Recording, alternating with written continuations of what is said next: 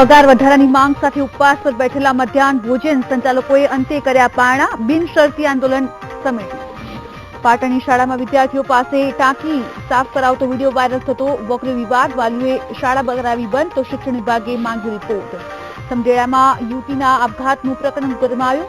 સંસદીય સચિવનો ભત્રીજો હેરાન કરતો હોવાનો આક્ષેપ. બનાસકાંઠાના ગોલગામ પાસે નર્મદાની માઇનોર કેનાલમાં ગાબડું. 15 ફૂટનું ગાબડું પડતા ખેતરોમાં ફરી વળ્યા પાણી.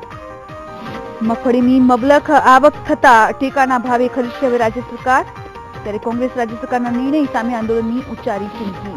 અને નીટની પરીક્ષા ગુજરાતી અને હિન્દીમાં લેવા વાલીઓની માંગ. નાયબ મુખ્યમંત્રીએ મળવાનો સમય ન ફાળવતા કર્યો હોબાળો.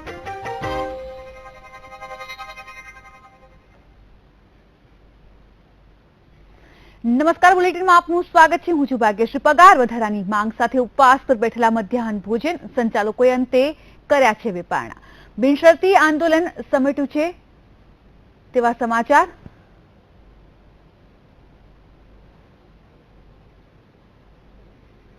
રાજ્ય સરકારના કૃષિ મંત્રી ચીમન સાપરિયાએ મહત્વનો નિર્ણય લીધો છે કે મગફળીના ટેકાના ભાવ દિવાળી બાદ ખરીદી કરવામાં આવશે. ઓછી ગુણવત્તાને કારણે ઓછા ભાવ મળે છે તેવું ચીમન સાપરિયાએ જણાવ્યું. ઉલ્લેખનીય છે કે છેલ્લા કેટલાય દિવસ સુધી મગફળીના ભાવને લઈને ઠેર ઠેર વિરોધ કરવામાં આવી રહ્યો છે, જેને લઈને આ નિર્ણય લેવામાં આવ્યો હોય તેવું માનવામાં આવી રહ્યું છે. મારફત જુદા જુદા કેન્દ્રો ઉપરથી મગફળી અને કપાસ અને કઠોળ જેવા પાકોની ખરીદી થાય એના માટેનું આયોજન કરવા માટેની સંપૂર્ણપણે તૈયારી કરી છે. અને નોડલ એજન્સીને આકસ્મિક રીતે રાજ્ય સરકારનું જે ફંડ છે અને એ ફંડમાંથી 100 કરોડ રૂપિયા મળી રહે એના માટેની પણ અમારા વિભાગ દ્વારા કાર્યવાહી થઈ રહી છે. અને સાથે સાથે આ નાફેડ જેવી સંસ્થાને રિવોલ્વિંગ ફંડ આપીને 25 કરોડ જેવું ફંડ આપી અને તાત્કાલિક ખરીદીની કાર્યવાહી થાય એ મુજબ તૈયારી કરવામાં આવી છે. શંકરસિંહ વાઘેલાએ ખેડૂતોને પૂરતા ભાવ ન મળતા રાજ્ય સરકાર પર પ્રહાર કર્યા હતા. જેમાં શંકરસિંહ વાઘેલાએ જણાવ્યું હતું કે મગફળી, કપાસ સહિતના પાકોમાં પોષણક્ષમ ભાવ નથી મળી રહ્યા. આ સાથે તેમણે એ પણ જણાવ્યું કે પોષણક્ષમ ભાવ મુદ્દે કોંગ્રેસ આંદોલન કરશે. બીજી બાજુ તેમણે ફિક્સ પગારના કર્મચારીઓનો મુદ્દો ઉઠાવ્યો હતો અને કહ્યું હતું કે ગુજરાત એકમાત્ર ફિક્સ પગારના કર્મચારીઓનું રાજ્ય હોવાનું પણ જણાવ્યું હતું. અત્યારે સરકાર એન્ટી ફાર્મર ને એન્ટી ફાર્મિંગ એટલા માટે છે કે એગ્રીકલ્ચર પ્રોડક્ટ્સની જે બહારથી ઇમ્પોર્ટ થતી હોય છે એના પર ડ્યુટી વધારવી જોઈએ, બલકે એન્ટી ડમ્પિંગ ડ્યુટી નાખવી જોઈએ. એના બદલે ડ્યુટી ઘટાડવી, તેલની આયાતમાં ડ્યુટી ઘટાડવી, ફલાણામાં ડ્યુટી ઘટાડવી, બાકીના ડ્યુટી ઘટાડવી. તમે જો એગ્રીકલ્ચર પ્રોડક્ટ્સની ઇમ્પોર્ટ ડ્યુટી ઘટાડવાના હોય તો ખેડૂતને ઉત્પાદનના ભાવ ન મળી શકે, બહુ સ્વાભાવિક છે. એનો અર્થ કે તમે ખેડૂત વિરોધી છો. છેલ્લા કેટલાય દિવસોથી મગફળીના ભાવને કારણે જ હવે ઠેર ઠેર વિરોધ કરવામાં આવી રહ્યો છે. ત્યારે મગફળીમાં ગગડતા ભાવને કારણે ખેડૂતોની ધીરજ તૂટી જતા ગીર સોમનાથના કોડીનાર માર્કેટિંગ યાર્ડમાં ખેડૂતોએ મચાવ્યો છે હવે હંગામો.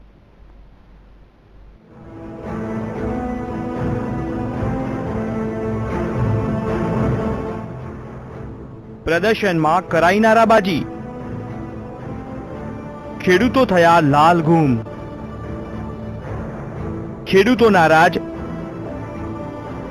વેપારીઓ રફુચક્કર. દિવાળી ટાણે મગફળીના ભાવમાં સતત ઘટાડાને લઈને ખેડૂતોએ માર્કેટિંગ યાર્ડમાં રોષ પ્રગટ કર્યો હતો. રાજ્યમાં ઠેર ઠેર માર્કેટિંગ યાર્ડમાં ખેડૂતો વિરોધ પ્રદર્શન કરી રહ્યા છે. ત્યારે આજે અચાનક હંગામો મચાવી દેતા વેપારીઓ રફુચક્કર થઈ ગયા હતા. તહેવાર ટાણે મચી રહી છે તવાઈ. પૈસાની પડોજણમાં ખેડૂતો, નારા સાથે દર્શાવી નારાજગી. માર્કેટિંગ યાર્ડમાં ખેડૂતોની 20 કિલો મગફળીની બોલી 500 થી 600 રૂપિયાથી શરૂ થતા ખેડૂતો ઉગ્ર બન્યા છે અને દિવાળી બગાડી તેવા નારા લગાવ્યા હતા. તો બીજી તરફ માર્કેટિંગ યાર્ડનો ગેટ બંધ કરી ખેડૂતોએ હરાજી બંધ કરાવી હતી અને મગફળીના ભાવ વધારાની માંગ કરી હતી. સરકારશ્રીના ટેકાના ભાવ બાંધેલા છે, છતાં આ લોકો 600 રૂપિયામાં ને 650 શા માટે માંડવી માંગે છે? આને ઘટતું કરવા સરકારશ્રી, અમે મામલતદાર સાહેબને આવેદન આપવાના છે. પ્રમુખશ્રી એને બોલાવો અહીંયા.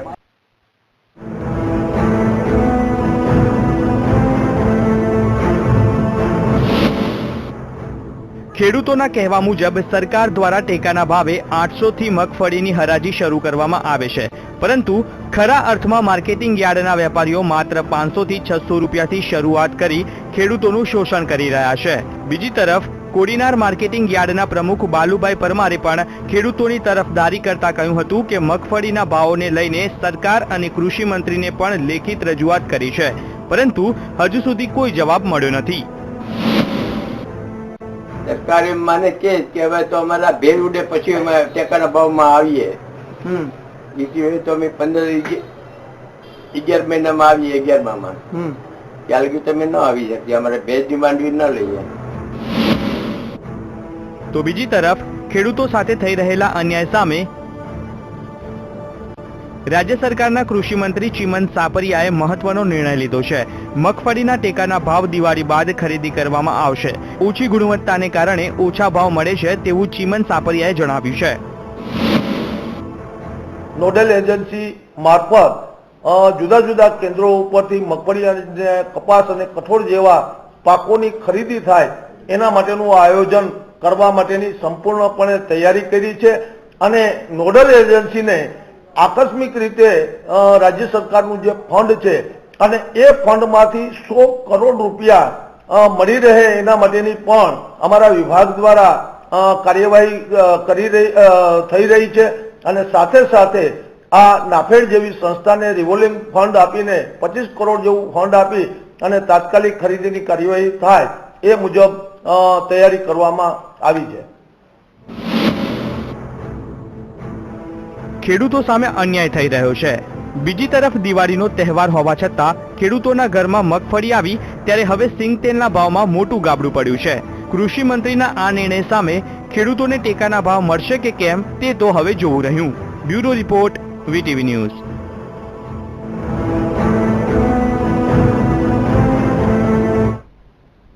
ગીર સોમનાથ જિલ્લામાં કોડીનાર માર્કેટિંગ યાર્ડમાં ખેડૂતોએ હોબાળો મચાવ્યો હોવાનું સામે આવ્યું છે. મગફળીના ગગડતા ભાવને લઈને હવે હોબાળો કરવામાં આવી રહ્યો છે. માર્કેટિંગ યાર્ડનો ગેટ બંધ કરીને ખેડૂતોએ વિરોધ નોંધાવ્યો છે અને મગફળીના ભાવ વધારાની માંગ કરી હતી.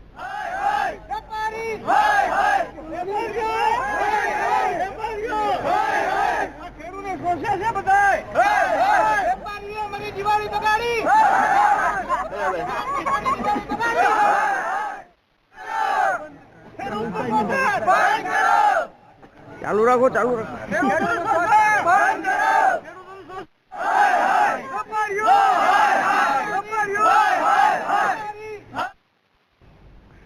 શંખેશ્વરની લોલાડા ગામની શાળાના વિદ્યાર્થીઓનો વિડીયો વાયરલ થતા તંત્ર હવે ચોંકી ઉઠ્યું છે. સમગ્ર મામલાની તપાસ કરીને જિલ્લા શિક્ષણ અધિકારીની રિપોર્ટ સોંપવામાં આવશે.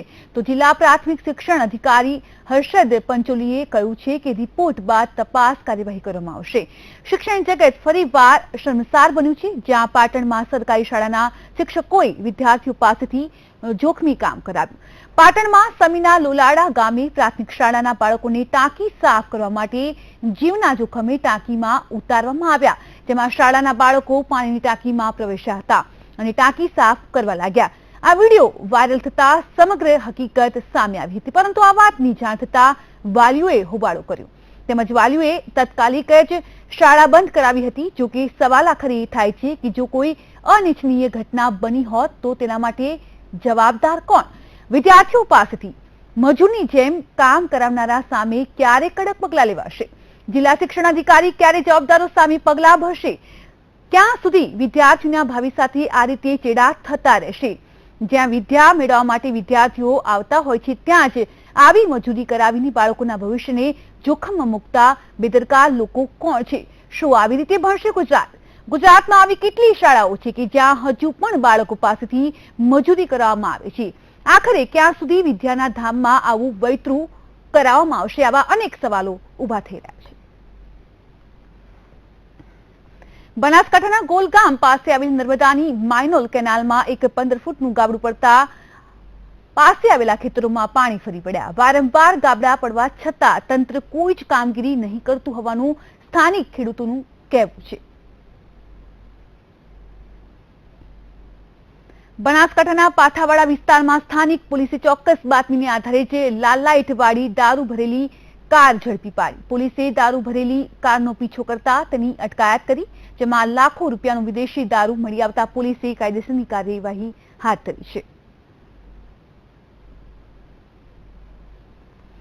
એક વિદ્યાર્થીની આત્મહત્યાની ખબર એક દિવસ પછી સામાન્ય બની જાય છે, પરંતુ એક વિદ્યાર્થીના આત્મહત્યાના 30 દિવસ બાદ મામલો હવે ઉગ્ર બની ગયો છે. ન્યાય માટે સમાજ એક થયો છે, કેમ કે શંકાના દાયરામાં રાજકીય શખ્સો છે. શું છે આખો મામલો, આવો તમને બતાવી.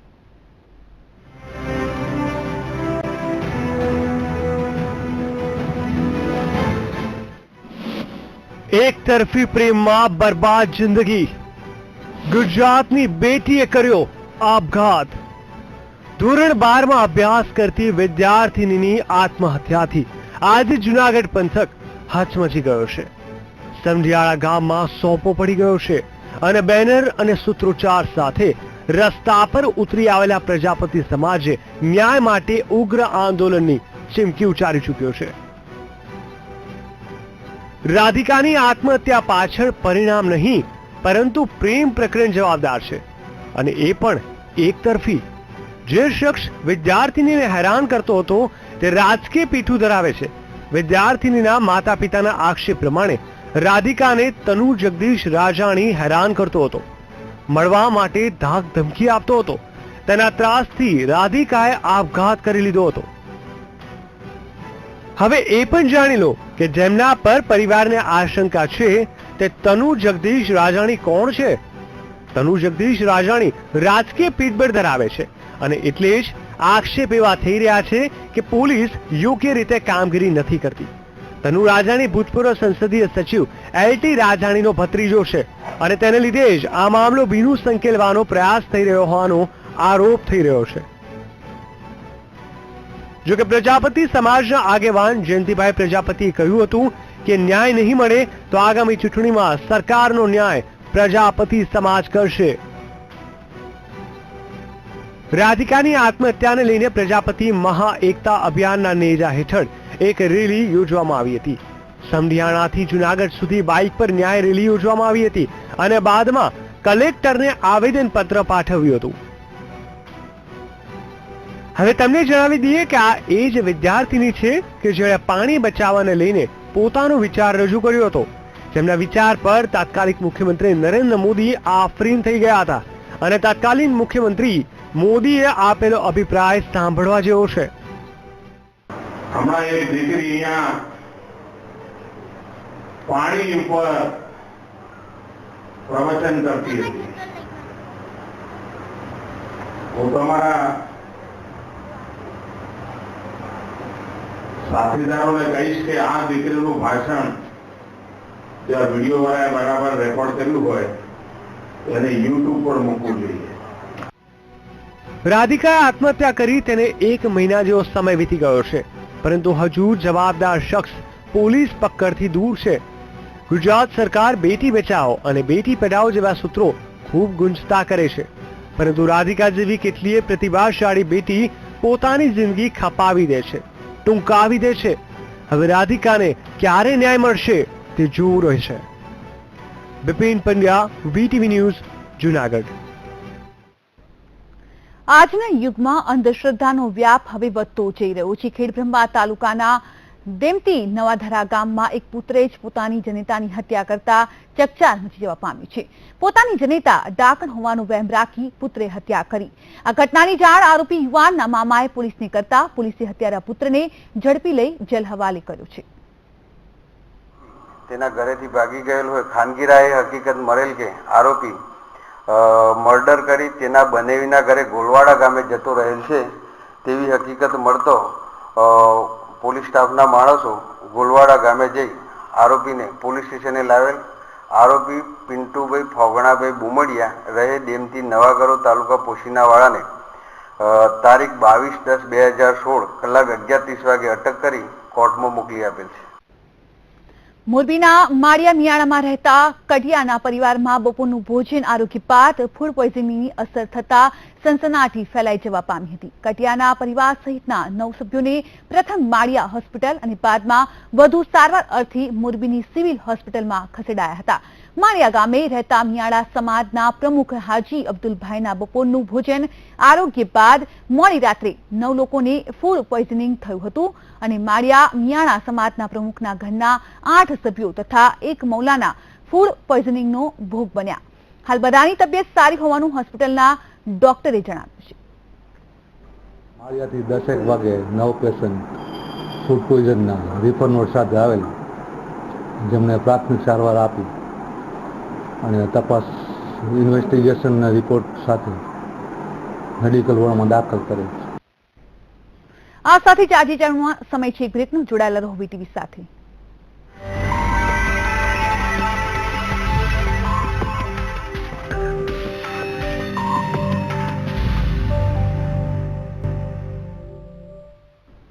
આ સાથે જ બ્રેક બાદ આપનું પુનઃ સ્વાગત અને સમાચારની વાત કરીશું. બનાસકાંઠા જિલ્લાના છેવાડાના નવનિયુક્ત તાલુકા સુઈ ગામમાં નવનિર્મિત તાલુકા સેવા સદનનું મુખ્યમંત્રી ઉદ્ઘાટન કર્યું હતું. સ્થાનિક સુવિધાઓ લોકોને સરળતાથી મળી રહે તે માટે અત્યાધુનિક સુવિધાઓથી સજ્જ સેવા સદન ખુલ્લું મૂકવામાં આવ્યું છે. સેવા સદન પાછળ 12 કરોડ રૂપિયાનો ખર્ચ કરવામાં આવ્યો છે.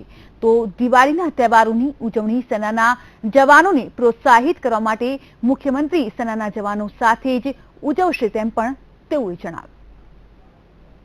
ગુજરાત સરકાર ઈચ્છે છે કે સચિવાલયની સરકાર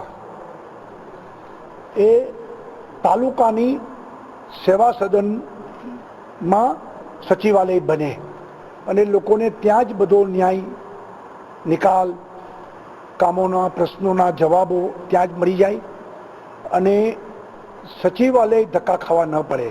સરહદ ઉપર જે જવાનોનું મોરલ વધ્યું છે, મનોબળ ખૂબ ઊંચું થયું છે, તો આપણી પણ ફરજ છે કે આપણે એમને વધુ પ્રોત્સાહિત કરીએ. આ સાથે જ વાત હવે નીટની પરીક્ષાને લઈને હવે ગાંધીનગરનું સચિવાલય ફરી એક વખત ગરમાયું છે. ફરી એક વખત નીટની પરીક્ષા ગુજરાતી અને હિન્દીમાં લેવાય તેવી માંગ સાથે વિદ્યાર્થીઓ સહિત વાલીઓએ હંગામો મચાવ્યો છે. નીટની પરીક્ષા અંગે રજૂઆત કરવા પહોંચેલા વાલીગણોને નાયબ મુખ્યમંત્રીએ સમય ન ફાળવતા વાલીઓએ ભારે હંગામો મચાવ્યો હતો. જે સંદર્ભે જ પરિસ્થિતિ પર કાબુ મેળવવા એસપી સહિતનો પોલીસ કાફલો ઘટના સ્થળ પર પહોંચી ગયો હતો અને વાલીઓની અટકાયત પણ કરી હતી.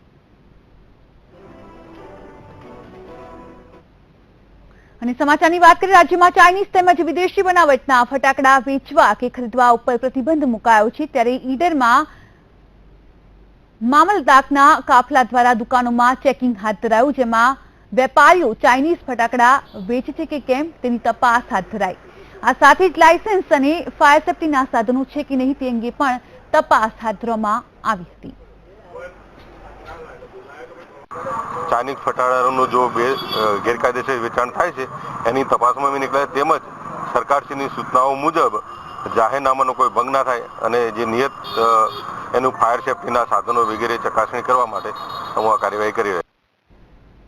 પાકિસ્તાનની તરફેણ કરતા ચીનને હવે અનોખી જ રીતે પાઠ ભણાવવા માટે ચીનની વસ્તુઓનો બહિષ્કાર કરીને સબક શીખવાડવાનું લોકોએ હવે મન બનાવી લીધું છે. ત્યારે વાપીમાં કેટલાક સંગઠનો દ્વારા ચાઇનાની વસ્તુ વેચતા વેપારીઓને મેડ ઇન ચાઇનાની વસ્તુઓના બહિષ્કાર કરવા અપીલ કરી રહ્યા છે. આવો તમને પણ બતાવ્યું.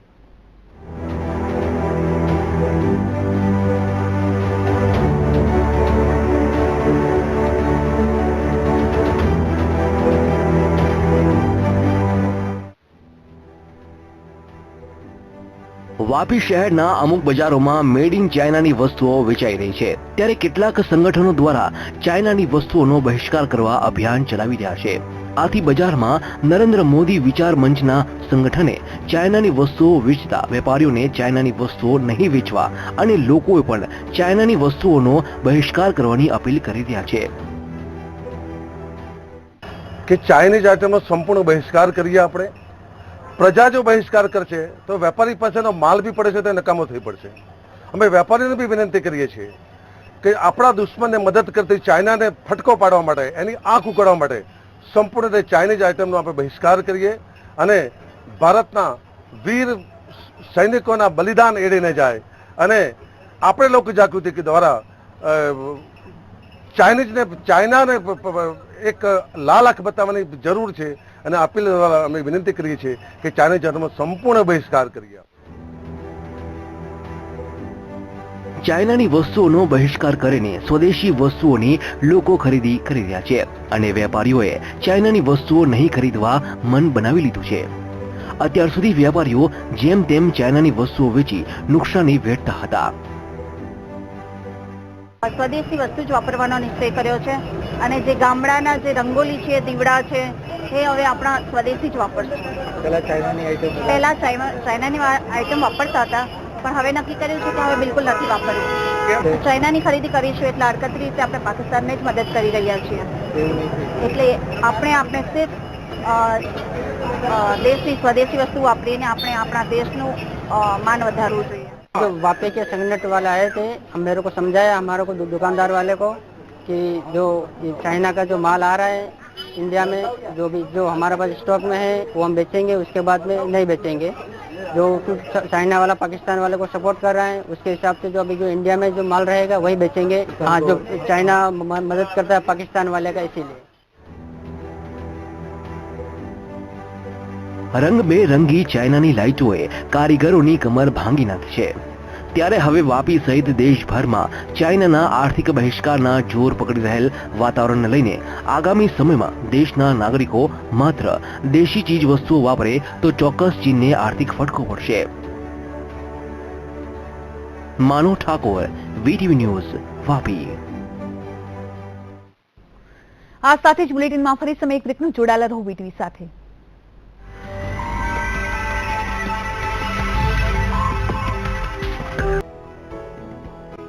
મહેક અને નિયતિ આ બંને વિદ્યાર્થીનીએ રમતગમત ક્ષેત્રે ડંકો વગાડ્યો છે. ઓમ શાંતિ વિદ્યાલયમાં ભણતી 17 વર્ષની મહેક સીતાપરાએ કરાટેમાં બ્લેક બેલ્ટ મેળવ્યો છે.